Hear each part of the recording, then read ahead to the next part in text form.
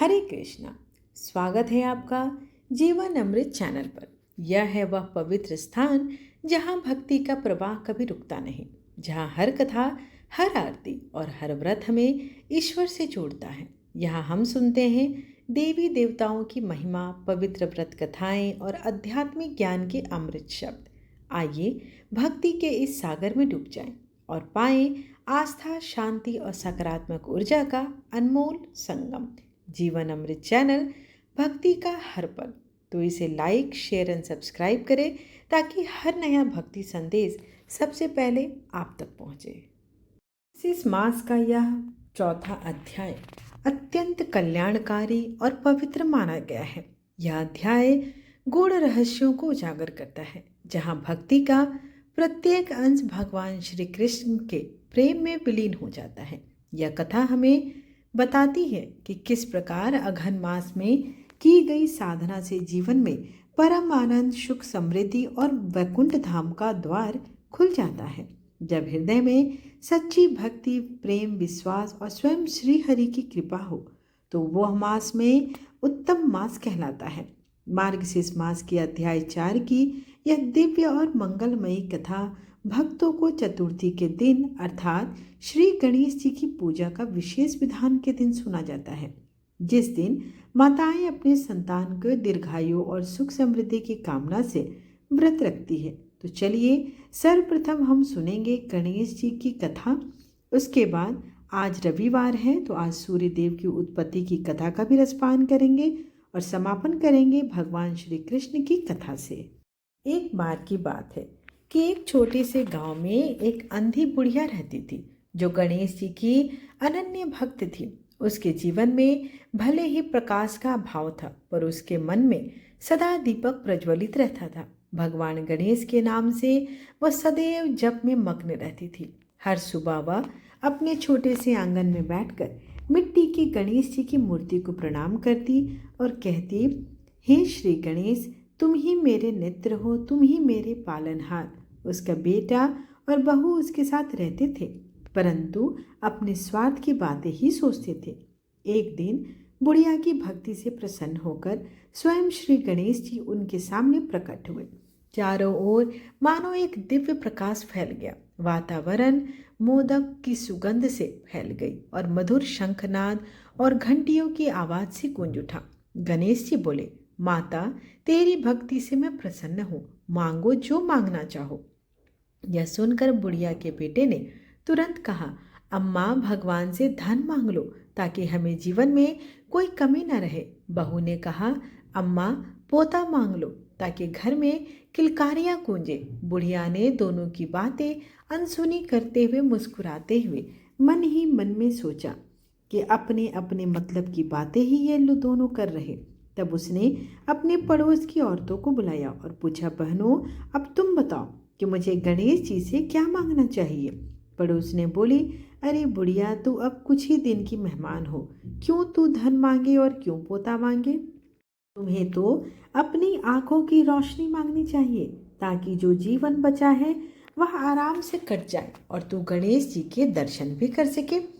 बुढ़िया ने गहराई में यह बात सोची और अपने हाथ जोड़कर श्री गणेश जी से प्रार्थना की कि हे गणेश जी महाराज, यदि वास्तव में आप मुझ पर प्रसन्न हो तो मुझे 9 करोड़ की माया दे, निरोगी काया दे, अमर सुहाग दे, आंखों की रोशनी दे, नाती पोता दे, पूरे परिवार को सुख समृद्धि दे और अंत में मुझे मोक्ष भी दे। गणेश जी यह सुनकर मंद मंद मुस्कुराए और बोले, बुढ़िया माँ, तुमने तो हमें ठग लिया, परंतु जो तुमने मांगा है वह सब तुम्हें अवश्य मिलेगा, क्योंकि हमने तुम्हें वचन जो दिया है। इतना कहकर श्री गणेश जी वहां से अंतर ध्यान हो गए और दिव्य प्रकाश धीरे धीरे विलीन हो गया। उद्यार बुढ़िया माँ की आंखों की रोशनी लौट आई। उसके घर में धन की वर्षा हुई। उसका परिवार सुख शांति से भर गया और उसके जीवन में हर इच्छा पूरी हो गई। वह दिन और रात गणेश जी का नाम जपने लगी और सबको यही कहती कि हे गणेश जी महाराज, जैसे आपने इस अंधी बुढ़िया को सब कुछ दिया, वैसे ही अपने हर भक्त को मनोवांछित फल दे। तभी से गांव में यह कथा प्रसिद्ध हो गई कि जो श्रद्धा और भक्ति के साथ गणेश जी से मांगता है उसकी हर इच्छा पूर्ण होती है, क्योंकि गणपति बप्पा कभी अपने भक्तों को खाली हाथ नहीं छोड़ते। प्रेम से बोलिए, जय श्री गणेश, जय गणपति बप्पा मोरया। ये अब हम रसपान करेंगे सूर्य देव की जन्म की कथा। सूर्य का जन्म ऋषि कश्यप और अदिति के पुत्र के रूप में हुआ था और वे आदित्यों में से एक थे। उनका विवाह विश्वकर्मा की पुत्री संजना से की हुआ था, लेकिन उसकी पत्नी उससे आने वाली गर्मी को बर्दाश्त नहीं कर सकी और उसकी जगह छाया नामक अपनी छाया बनाकर अपने पिता के घर वापस चली गई। समय आने पर छाया ने सनी तप्ती को जन्म दिया। रानी के जन्म का पता चलने पर विश्वकर्मा को सच्चाई का पता चलता है और वे संजना को वापस भेज देते हैं। संजना यम और यमुना को जन्म देती है, लेकिन सूर्य को पता चलता है कि संजना शनि के साथ बुरा व्यवहार कर रही है और वे उससे सच उगलवा लेते हैं। पति के घर से दूर भेजे जाने पर संजना फिर से घोड़ी बन जाती है। सूर्य को अपनी गलती का एहसास होता है और संजना को पाकर वे घोड़ी बन जाते हैं। वे दैवीय चिकित्सकों अश्विनी कुमारों को जन्म देते हैं। सूर्य अपनी दोनों पत्नियों संजना और छाया के साथ जीवन व्यतीत करने के लिए की बात है कि एक राजा और रानी थे। उनके जीवन में धन वैभव सब कुछ था। उन्हें संतान प्राप्ति के लिए हर संभव उपाय किए थे, पर दान पुण्य अनुष्ठान मंत्र जाप व्रत पूजा, लेकिन कोई भी फल नहीं मिला। उम्र ढलने लगी तो उन्हें चिंता गहराने लगी कि इतने बड़े राज्य का वारिस कौन होगा। एक दिन एक साधु दरबार आया। रानी ने उसे अंतिम दान देने का निश्चय किया। साधु ने रानी की उदासी को देखकर कारण पूछा। रानी ने संतान न होने का दुख समस्त राज साधु को बता दिया। आपको एक पुत्र प्राप्त होगा, लेकिन वह केवल 14 वर्ष तक ही जीवित रहेगा। यह कहकर उसने थोड़ी सी भभूत दी और कहा कि राजा रानी दोनों उसे बांटकर खाए। रानी ने रात को सारी बात राजा को बताई। पहले तो राजा को विश्वास नहीं हुआ, पर रानी की भावनाओं का ख्याल रखते हुए उन्होंने भभूत ग्रहण कर ली।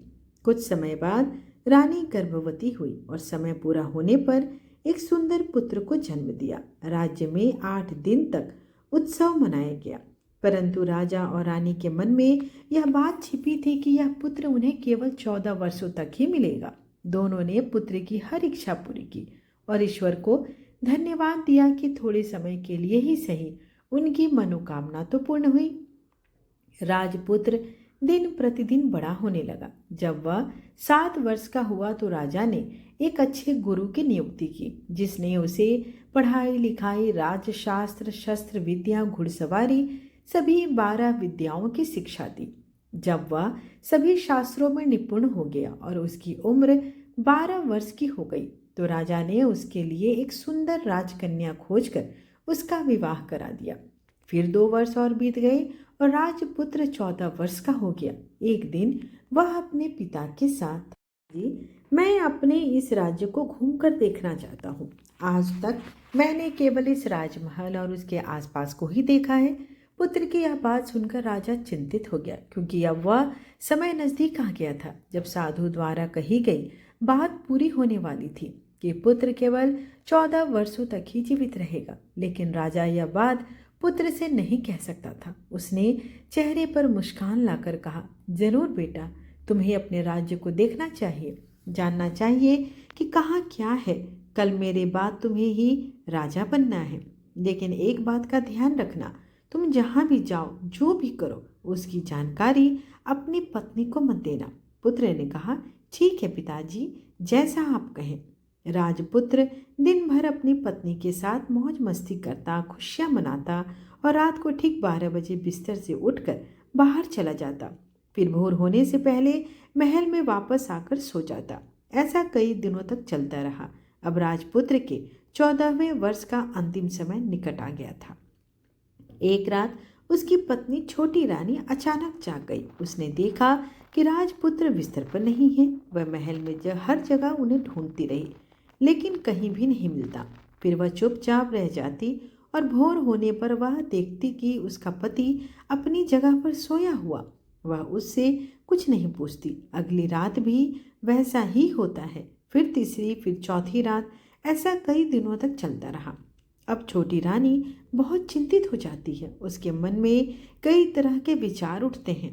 पति रात को कहाँ जाता है, किससे मिलने जाता है, पर पूछने पर डर लगता है कि पति क्रोधित न हो जाए। ससुर से पूछने की सोचती है तो कुल मर्यादा बीच में आ जाती है।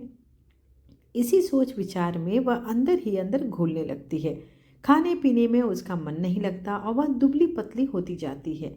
राज्य में एक वृद्ध मालिन थी जो हर दिन फूल बेचने महल आती थी। उसका ध्यान जब छोटी रानी पर गया तो उसने पूछा, बेटी तुझे क्या हुआ है? तू इस तरह सूख कर कांटा क्यों बन रही है? रानी ने दुखी मन से कहा, क्या बताऊं अम्मा, मेरा राजपुत्र हर रात बिस्तर से उठकर कहीं चला जाता है और सुबह होने से पहले लौट आता है। वह कहाँ जाता है, कहाँ किसी प्रेमिका से मिलने तो नहीं जाता। यही सोच सोच कर मैं अन्न ग्रहण कर नहीं पाती हूँ, न सुख से सो पाती हूँ, न जी पाती हूँ। इसी चिंता में मैं ऐसी हो गई हूँ। तब वह बुढ़िया उसे एक उपाय बताती है, बेटी आज रात तू सोना मत, उसके पीछे जाकर देखना कि वह कहाँ जाता है और क्या करता है। लेकिन नींद आ गई तो कैसे देखोगी? इसलिए काम करना, अपने हाथ में उंगली में हल्का सा जख्म करना और उस पर थोड़ी सी मिर्च छिड़कना। इससे तुझे तेज जलन होगी और दर्द के कारण नींद नहीं आएगी।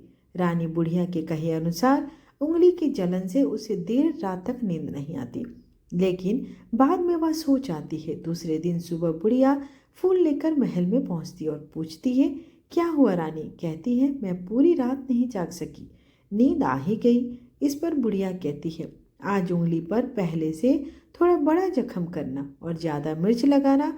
रानी वैसा ही करती है, परंतु वह सिर्फ पति के बिस्तर से उठने तक ही जागी रह पाती है। उसके बाद उसकी आंखें बंद हो जाती है। दूसरे दिन बुढ़िया फिर आती है, लेकिन रानी रोकर कहती है, अम्मा मैं आज भी पहरेदारी नहीं कर पाई। बुढ़िया उसे ढांढस बनाते हुए कहती है, रो मत बेटी, सब ठीक हो जाएगा। आज रात जख्म और बड़ा करना, उस पर और मिर्च छिड़कना और जब वह बाहर जाने लगे तो उसका रास्ता रोकना। रानी आज रात वही करती है।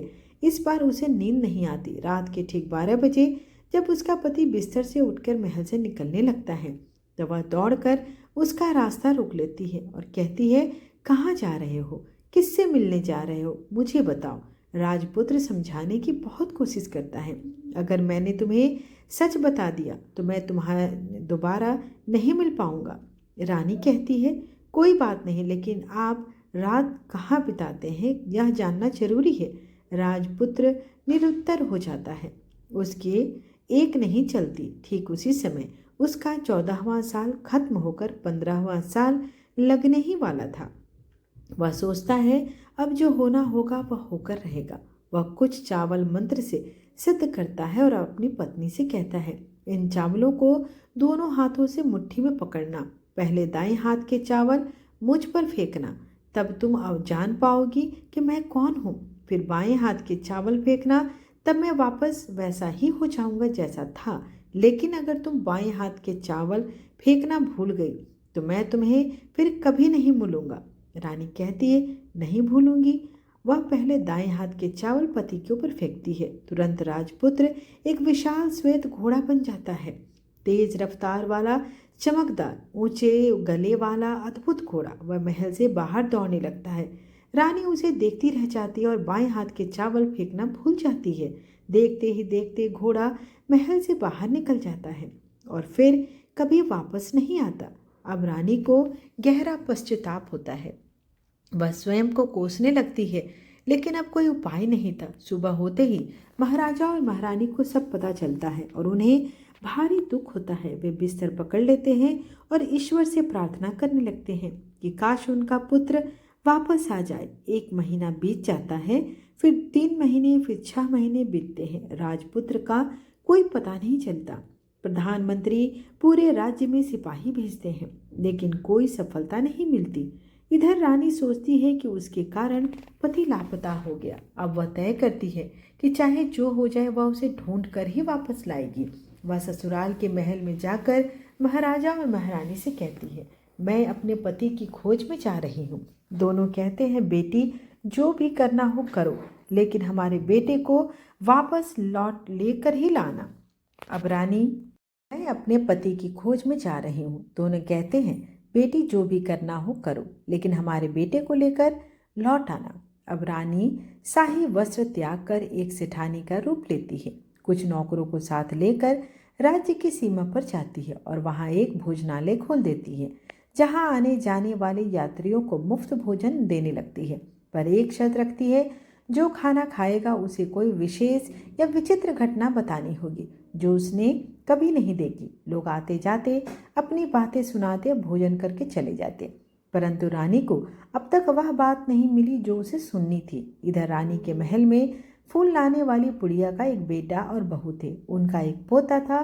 बेटा बहू सुबह शाम काम पर जाते और बुढ़िया बच्चे की देखभाल करती थी। बुढ़िया को पान खाने की आदत थी। उसके लिए उसे चूना और गोबर के कंडे चाहिए थे। एक दिन वह टोकरी लेकर चरवाहे के मैदान में कंडे इकट्ठा करने चली गई। उसे देर हो गई और अंधेरा हो गया। जब बेटा बहू लौटे तो देखा कि बच्चा रो रहा और घर पर अकेला था। वे गुस्से से भरकर बुढ़िया के लौटने पर बेटे ने पूछा, बच्चे को छोड़कर कहाँ गई थी? वह बोली, मैं गोबर के कंडे इकट्ठा करने गई थी। बेटे ने कहा, अब अगर दोबारा ऐसा हुआ तो बहुत पीटोगी। बुढ़िया रोने लगी, नहीं बेटा, अब ऐसा नहीं होगा। लेकिन अगले दिन वह फिर वही गलती करती है। शाम को फिर बच्चा अकेला रोता है और बेटे का गुस्सा फूट पड़ता है और वह बुढ़िया को घर से निकाल देता है। बुढ़िया रात भर घर के बाहर बैठी रहती है। सुबह होते ही वह फिर कंडे इकट्ठा करने निकल पड़ती है। आज उसे कुछ ज़्यादा ही उत्साह होता है। शाम तक उसे होश ही नहीं रहता कि अंधेरा हो गया। जब ध्यान आया तो गांव का रास्ता भी समझ नहीं आ रहा था। तभी उसे घंटियों की आवाज़ सुनाई दी। एक गाय ठुमक ठुमक करती आ रही थी। बुढ़िया सोचती है कि अगर इस गाय के पीछे चलूंगी तो गांव तक पहुंच जाऊंगी। वह गाय के पीछे पीछे चल पड़ती है। गाय एक के बाद एक करके 6 मैदान पार करती है और 7वें मैदान में जाकर एक बड़े पत्थर के पास पहुंचती है। वह पत्थर को अपने सींग से मारती है और पत्थर हट जाता है। वहां पाताल की ओर जाने वाली सीढ़ियां खुल जाती है। गाय उन सीढ़ियों से नीचे उतरती है। बुढ़िया तुरंत उसकी पूंछ पकड़ लेती है और साथ ही पाताल लोक में पहुंच जाती है। नीचे पहुंचते ही वह पूंछ छोड़ देती है और चारों ओर देखने लगती है। पाताल लोक में चारों ओर तेज रोशनी और चकमकाहट थी। गाय के गले में अपने आप घंटियां बन जाती है और दूध अपने आप दुहने लगता, परंतु जो भी यह कर रहा था वह अदृश्य था। बुढ़िया बहुत डर जाती है। मैं कहाँ आ गई और कहाँ फंस गई? वह छिपने की जगह ढूंढती है, लेकिन उजाले में कहीं छिपने का स्थान ही नहीं था। तब वह कोने में खड़ी होकर चुपचाप सब देखने लगती है। कुछ पल के बाद वहां झट से एक उम्दा सफ़ेद घोड़ा आता है। वहां 2 कुंड थे। उनमें से एक कुंड में उस घोड़े ने छलांग लगाई और ऊपर आ गया। अब उसे राजपूत का रूप प्राप्त हो गया। राजपूत बनने के बाद उसने दूसरे कुंड में पानी में स्नान किया। वहां रखे नए कपड़े पहने। नज़दीक ही एक सुंदर पलंग था, उस पर आकर वह बैठ गया। उसके सामने अपने आप 5 पकवानों की थाली आ गई। दूध की एक प्याली आ गई, 5 सुपारी आ गई। उसके सामने एक दिया चल रहा था।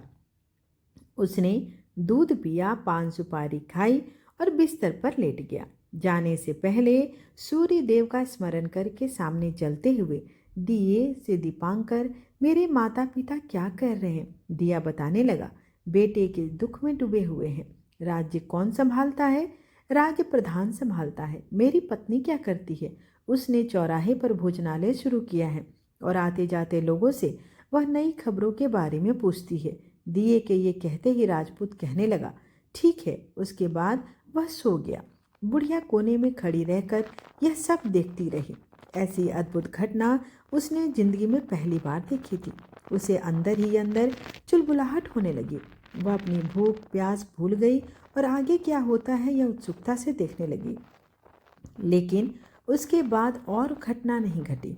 रात गुजर गई और सुबह हो गई। सुबह होने पर पलंग पर सोया हुआ पुत्र उठा और फिर से पहले वाले कुंड में छलांग लगाई, तो अब वह फिर से घोड़ा बनकर कुंड से बाहर आ गया। बाहर आते ही वह अब उस राजकुमार ने दूसरे वाले कुंड में छलांग लगाई तो अब वह फिर से घोड़ा बनकर कुंड से बाहर आ गया। बाहर आते ही वह तेजी से पाताल नगरी से बाहर निकल गया, लेकिन वह कहाँ गया बुढ़िया को कुछ भी पता नहीं चला।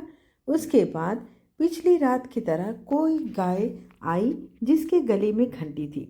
वह छम छम करके दूध दुहाने लगी। जैसे ही दूध दुहना खत्म हुआ उसके गले की श्रृंखला अपने आप खुल गई और वह गाय तेजी से ऊपर जाने वाली सीढ़ियों की ओर भागने लगी। गाय को दौड़ते देखकर बुढ़िया सोचने लगी, अब गाय के साथ यहाँ से ऊपर जाना ही समझदारी है, नहीं तो कोई मुसीबत आकर मेरे ऊपर ही आएगी। झट से उसने गाय की पूंछ पकड़ ली और गाय के साथ ऊपर आ गई। जैसे ही वह ऊपर आई तो उसका रास्ता अपने आप बंद हो गया और उसके मुंह पर एक बड़ा सा पत्थर पर्वत खड़ा हो गया। ऊपर आकर वह गाय जंगल की ओर निकल गई। इधर बुढ़िया एकदम बावली सी हो गई। उसने पाताल नगरी में जो कुछ देखा वह जल्द से जल्द किसी को बताने के लिए उतावली होती। उसे याद आया कि नगर की सीमा पर कोई औरत भोजनालय चलाती है और नई बात बताने वाले को अच्छा खाना पीना मुफ्त में देती है। वह सोचने लगी, क्यों न मैं यह सारी बात उस औरत को जाकर बताऊं। यदि उसे पसंद आ गई तो बाकी जीवन खाने पीने की झंझट से ही मुक्ति मिल जाएगी। बुढ़िया के मन में ठान ली और तुरंत उस भोजनिया वहां अड़ के खड़ी हो गई और जोर जोर से नगाड़ा बजाना शुरू कर दिया। नगाड़े का शोर सुनकर मालकिन यानी छोटी रानी ने प्रश्न किया, शायद कोई बड़ी बात लेकर यहाँ आया हो।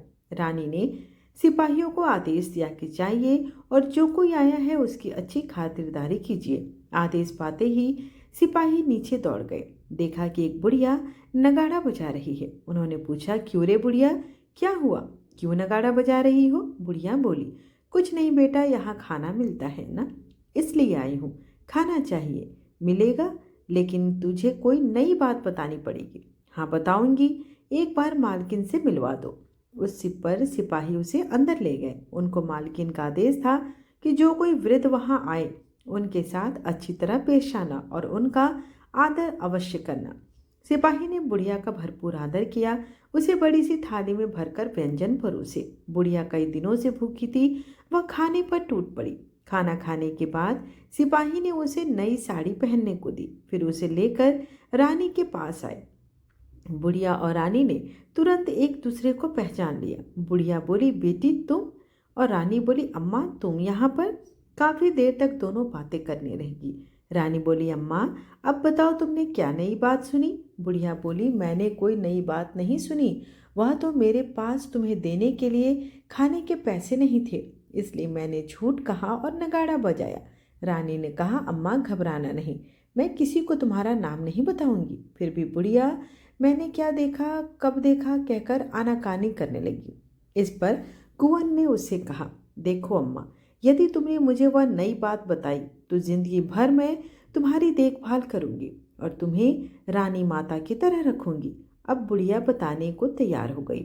उसने जो कुछ उसने कहा 4 गांव वाले मैदान पर देखा था वह सब कुछ कुंवर रानी को बता दिया।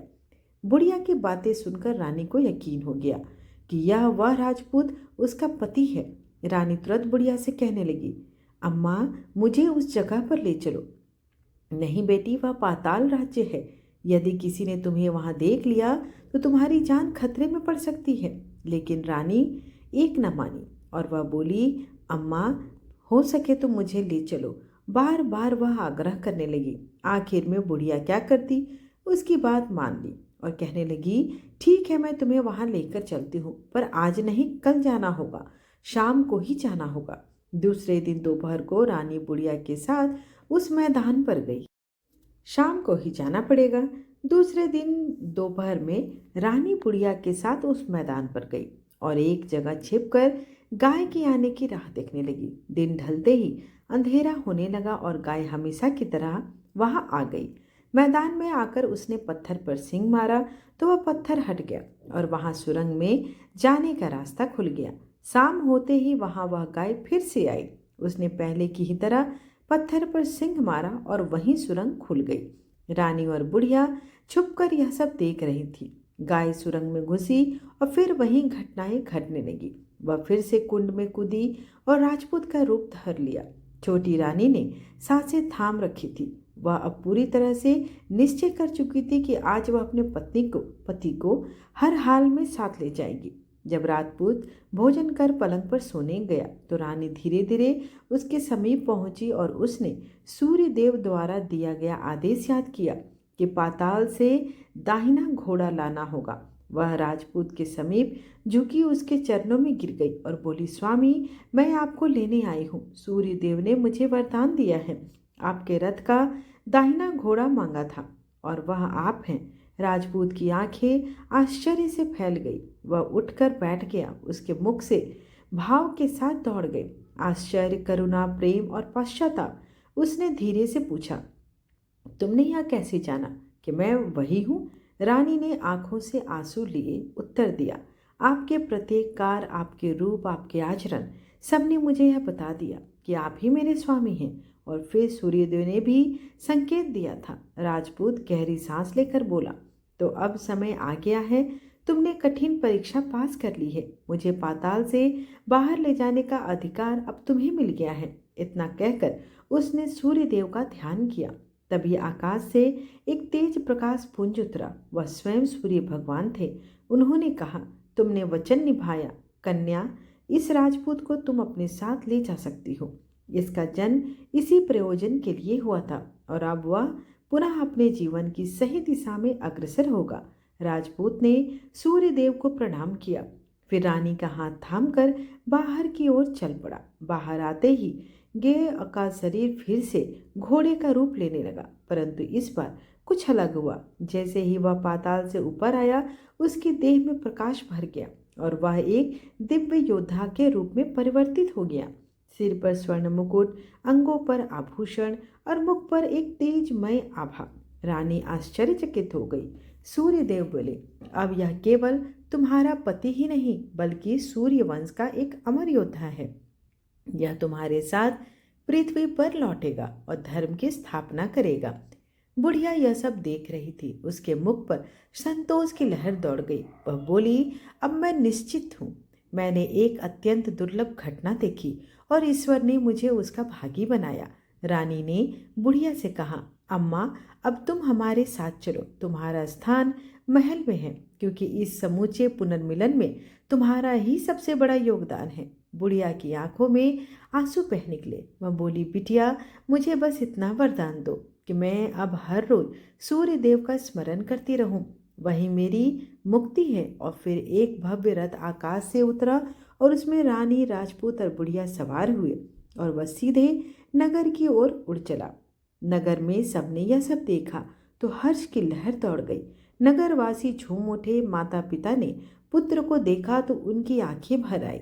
राज्य में पुनः आनंद और धर्म की स्थापना हुई। रानी और राजपूत ने वर्षों तक राज किया। बुढ़िया को राजमाता का सम्मान मिला और अंततः वह भगवान के धाम को चली गई। और इस तरह पाताल लोक की रहस्यमयी गाथा एक अद्भुत पुनर्मिलन और आध्यात्मिक चेतना का जागरण का केंद्र बना। प्रेम से बोलो, सूर्य भगवान की जय। श्रोतागण, अब हम सुनेंगे मार्गशीर्ष मास महात्म कथा का चौथा अध्याय, जो कि राजा सुयस ने कहा था। हे प्रभु, आज मेरा जन्म सफल हो गया। मेरा जीवन सार्थक हो गया। मेरे लिए आपका श्राप भक्ति का कारण होने से वरदान बन गया। वेदों में जो 5 प्रकार की भक्ति बताई गई है, वह भी इसके समान नहीं है। हे महामुनि, परमात्मा श्री कृष्ण ने जिस प्रकार भी मेरी भक्ति संभव हो सके वह उपाय कीजिए, क्योंकि वह सभी के लिए परम दुर्लभ है। केवल जल में तीर्थ नहीं है। मिट्टी और पत्थर की प्रतिमा रूप देवता ही देवता नहीं है। श्री कृष्ण भक्ति ही मुख्य तीर्थ और देवता हैं। वे जलमय तीर्थ और पत्थर मिट्टी के देवता दीर्घ काल में उपासक को पवित्र करते हैं, परंतु श्री कृष्ण भक्त दर्शन मात्र से ही पवित्र कर देते हैं। विप्रवर, आप वैष्णव हैं, अतः ब्राह्मणों में श्रेष्ठ हैं। साथ ही आप महान ज्ञान के सागर हैं। हे मुनिवर, आप जैसे शिव शिष्य महात्मा पुरुष को पाकर मैं भला किसी दूसरी शरण में कैसे जा सकता हूँ? महामुनि बोले, हे राजन, तुम्हारे ऊपर भगवान श्री हरि की कृपा हो। ऐसा करने के लिए मैं तुम्हें वह कथा और नियम बताता हूँ। मुनि बोले, हे राजन, तुम्हारे ऊपर जो श्राप पड़ा वही अब तुम्हारे लिए हरि भक्ति का मार्ग बनेगा। राजा बोले, मुनिवर, मैं आपके श्राप से गलित कुष्ठ का रोगी हो गया हूँ, अपवित्र हो गया हूँ और तप के अधिकार से वंचित भी हूँ। ऐसी दशा में मैं भला कैसे तपस्या करूँ? सूत जी बोले, हे राजन, सनातनी विष्णु माया हरि भक्ति प्रदान करने वाली है। वह जिन लोगों पर कृपा करती है उन्हें भगवान की भक्ति अवश्य ही प्रदान करती है, और जिन्हें मोहित करती है वे नश्वर धन के ऊपर ठग जाते हैं।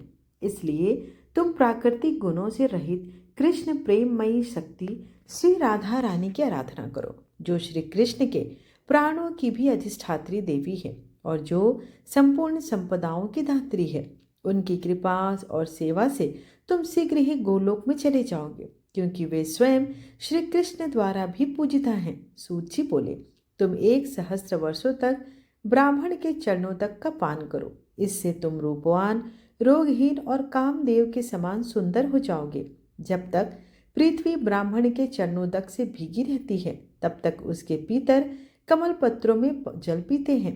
पृथ्वी पर जो तीर्थ हैं वे सब समुद्र में हैं, और समुद्र के तीर्थ ब्राह्मण के चरणों में। ब्राह्मण का चरणोदक पापों और रोगों का क्षय करने वाला होता है, और वह शुभ फल भी प्रदान करता है, क्योंकि ब्राह्मण मनुष्य रूप में साक्षात देवादिदेव भगवान विष्णु का ही रूप होते हैं। ऐसा कहकर सूची राजा सुयज्ञ के सत्कार को ग्रहण कर अपने आश्रम को लौट जाते हैं।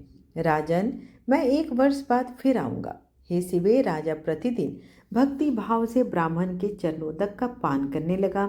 1 वर्ष तक ब्राह्मणों की पूजा की और उन्हें भोजन कराया। वर्ष बीतते बीतते राजा रोग व्याधि से मुक्त हो गए। तत्पश्चात कश्यप कुल के श्रेष्ठ मुनि सूत वहां आए।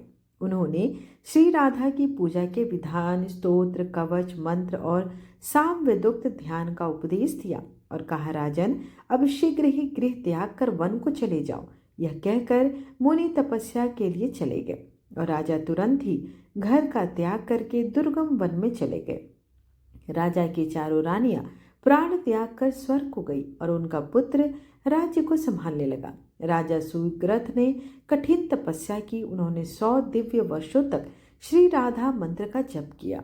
आकाश से एक रथ उतरा और विराजती परमेश्वरी श्री राधा रानी ने उन्हें दर्शन दिए, जिनके दर्शन मात्र से ही राजा के समस्त पाप कष्ट दूर हो गए। उन्होंने दिव्य देह धारण की और देवी श्री राधा उन्हें अपने साथ रत्न निर्मित विमान पर बिठाकर गोलोक को ले गई, जहाँ राजा ने वहाँ विरजा नदी, मनोहर सप्तशृंग पर्वत, श्री वृंदावन और रास मंडल से मंडित गोलोक का दर्शन किया। वह धाम गौवों और गोपियों के चरणों की धूलि से सुसज्जित थी। रत्नों से निर्मित भवन से सुशोभित और कल्प वृक्षों से युक्त था।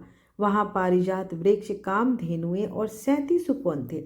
वैकुंठ से 50 करोड़ योजन ऊपर स्थित वह धाम शून्य में बिना किसी आधार के टिका है और भगवान की इच्छा से नित्य प्रकाशमान रहता है। उस दिव्य धाम में श्याम सुलोना श्री कृष्ण रत्न सिंहासन पर विराजमान है और उनके अंग से रत्नों के आभूषणों से विभूषित हैं।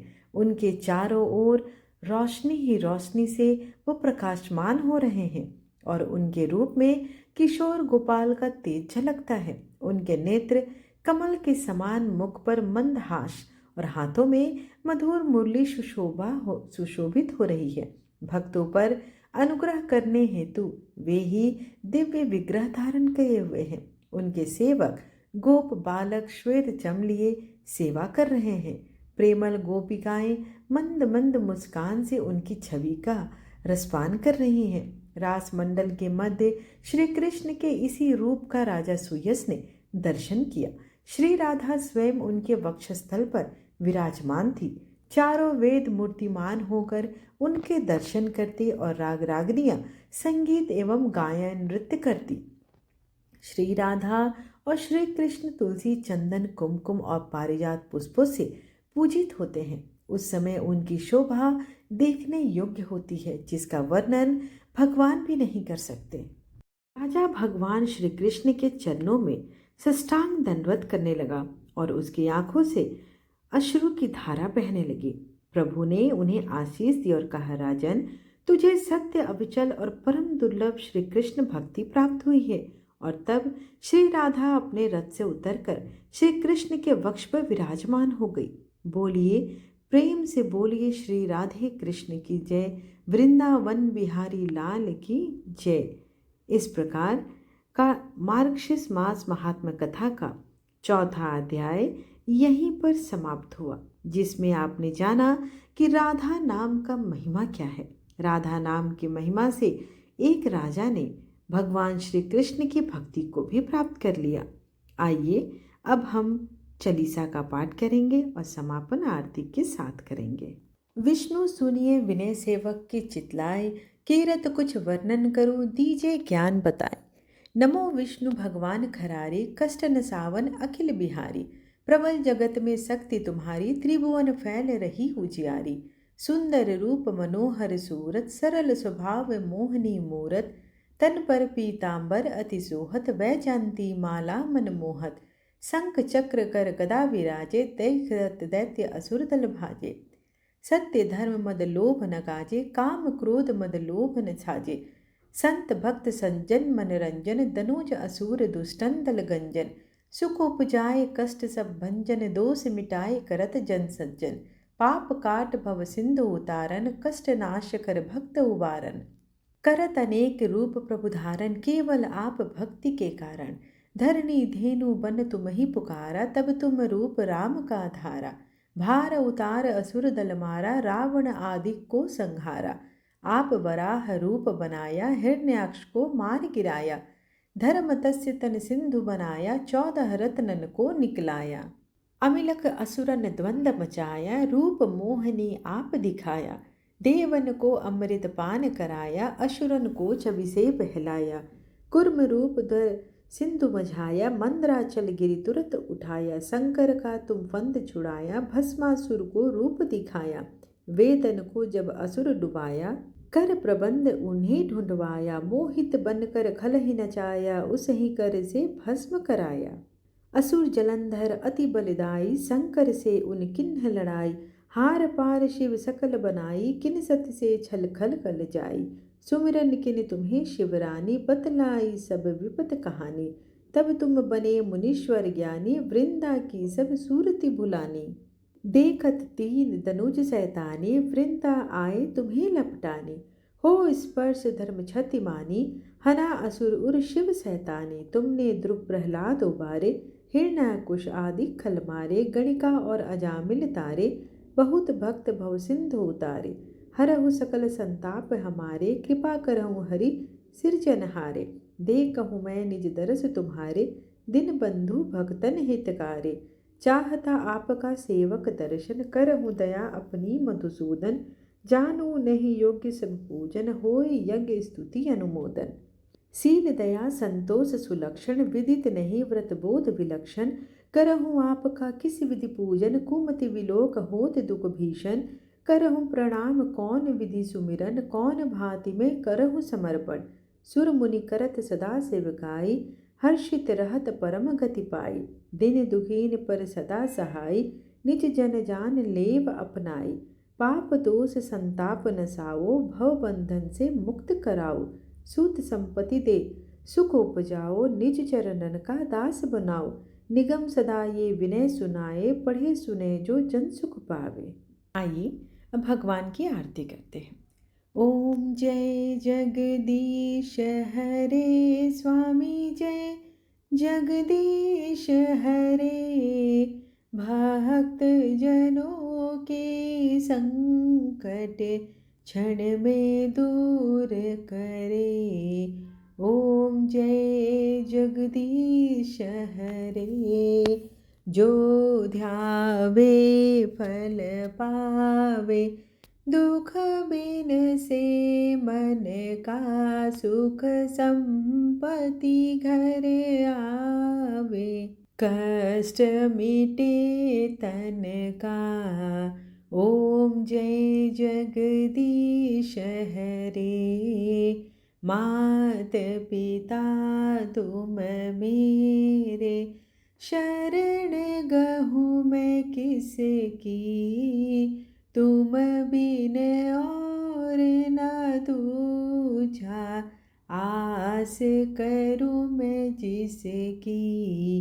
ओम जय जगदीश हरे। तुम पूर्ण परमात्मा, तुम अंतर्यामी, पार ब्रह्म परमेश्वर, तुम सबके स्वामी। ओम जय जगदीश हरे। तुम करुणा के सागर, तुम पालन करता, मैं मूरख खल कामी, कृपा करो भरता। ओम जय जगदीश हरे। तुम हो एक अगोचर, सबके प्राणपति, किस विधि मिलूं दयामय, तुमको मैं कुमति। ओम जय जगदीश हरे।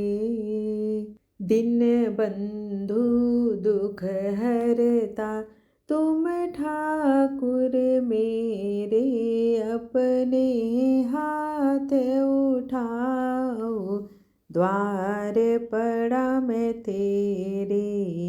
ओम जय जगदीश हरे।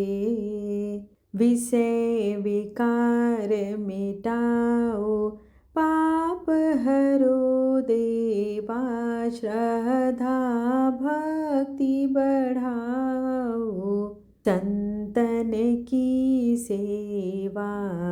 ओम जय जगदीश हरे।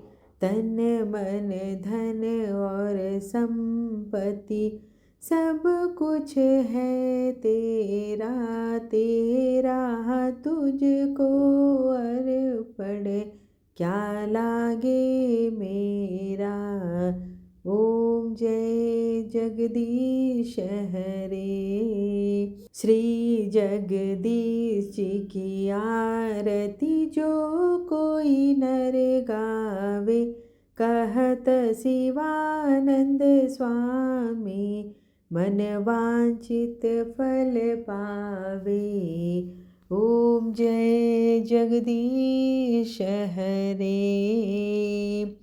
त्वमेव माता च पिता त्वमेव, त्वमेव बन्धु च सखा त्वमेव, त्वमेव विद्या द्रविणं त्वमेव, त्वमेव सर्वं मम देव देव। आरतीं समर्पयामि विष्णुदेवताय नमो नमः। आशा करती हूँ कि आपको आज की कथा और आरती पसंद आई हो। वीडियो पसंद आए तो चैनल को लाइक शेयर एंड सब्सक्राइब करना बिल्कुल ना भूलें। धन्यवाद।